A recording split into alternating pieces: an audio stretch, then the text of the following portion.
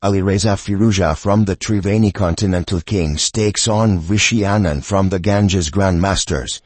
On your screen you have Dominic Lawson, the president of the English Chess Federation, making the first move. He makes the move, and this one is going to be a very important clash. Vishy did lose to Alireza in their first encounter at this event, and now with reversed colors, Vishy has the white pieces. Alireza has been in tremendous form in this tournament, but he lost the last round to Hikaru in a drawn position. Let's see how he fares here. The battle of generations. E4 by Vishy Anand. C6, we going for Hikaru Khan. D4. Whoa, D6 not D5. Alireza plays a very weird opening. F4. And pushes this pawn to E5. This is such a weird move order that he's chosen. Mainly, he's saying to Vishy that I'm going to play something offbeat and take you out of theory, and then try to outplay you because you have not been having a great UN. That's what Alireza is trying to do here. It's a bold approach against someone like Vishy Anand. Right now, he brings his knight out.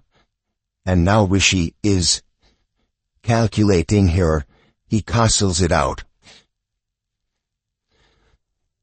White has a beautiful pawn center, and Alireza is quite passive right now. You can call this like the Philidor, but with the pawn on F4, which generally doesn't happen in the Philidor, White has a very good advantage here. Black castles, and Vishy plays this very interesting idea of Queen E1. He may want to put his queen on G3 or H4.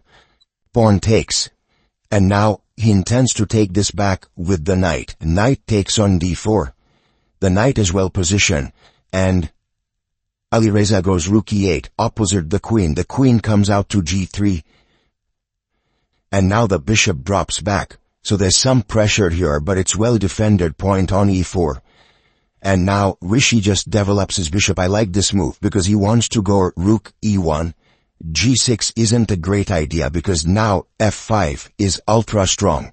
But Vishy tries to be more positional. He brings his knight back. Maybe he wants to go to G5. And Alireza puts his bishop here on G7. Queen H4 could be an idea. He brings the rook into the center of the board. White's position is fantastic. And Alireza now pushes his pawn to B5. It's time for Anand to maybe break in the center, maybe put his queen on H4, but A3 is a little soft, although it makes some good sense because B4 is not possible. Alireza keeps pushing ahead. He goes A5, and now Vishy puts his queen on H4. A good move there. B4 player here by Alireza. He's hitting the knight, but the knight can move now after takes. Vishy takes the pawn. Pawn takes and knight D1, and slowly he can maneuver the knight here. The bishops are well positioned. The pawns are ready to move. White looks like in a good situation, but Alireza quickly offers one of the bishops for trade. And now can Vishy chop off this pawn? He takes on A6. Rook takes A6. And now the E4 pawn is a little soft, so he pushes forward E5. And is this some sort of a miscalculation or a misevaluation? We don't know, but I think what Vishy essentially wanted is to give up his central pawns and take this pawn on B4. That seems to be his idea. He takes the knight. But is this a good trade-off? By the way, you cannot win material here because of Rook E1 and there's a mate, so that's the reason why Bishop F4 is not possible. He takes on E5. Queen takes E5. Anand has 6 minutes on the clock. Alireza has 11. And now he takes the pawn on B4, so he makes the material even. But Alireza has a very powerful move here, and he finds it. Rook A1, pinning on the last rank. Now this back rank is very weak, and the knight could jump in at the right time and could become very worrisome.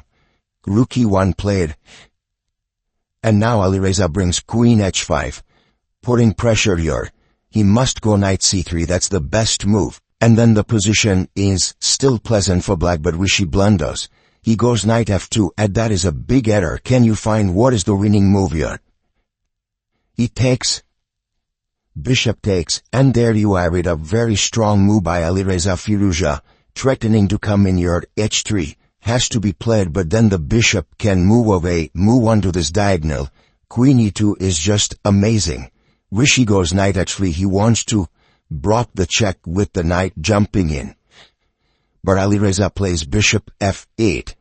Now you need to take control of the c5 square because he's going to give a check and come to c5, but Rishi makes a big error. Queen d2, in comes a check, and absolutely lost there, because now after knight g1, there is bishop c5 that is coming in, and Rishi Anand has to resign. Alireza Firouzja wins. Anand was not able to get settled into the game. Alireza played really well in the middle game and he moves off. So after a small blip in the tournament, losing to Hikaru, Alireza is back to his winning ways. He's now on 6.5 points out of 8 in this tournament. What a phenomenal performer for Rishi Anand. The next game is where he has to aim for of his first win in the tournament. Thank you for watching the video. Please like, share, and subscribe.